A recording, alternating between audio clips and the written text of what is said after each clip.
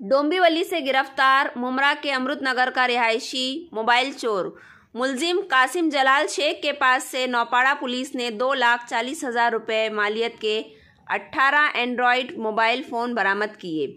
साथ उसके ज़रिए मोबाइल फ़ोन चोरी के 6 केसेस का खुलासा हुआ।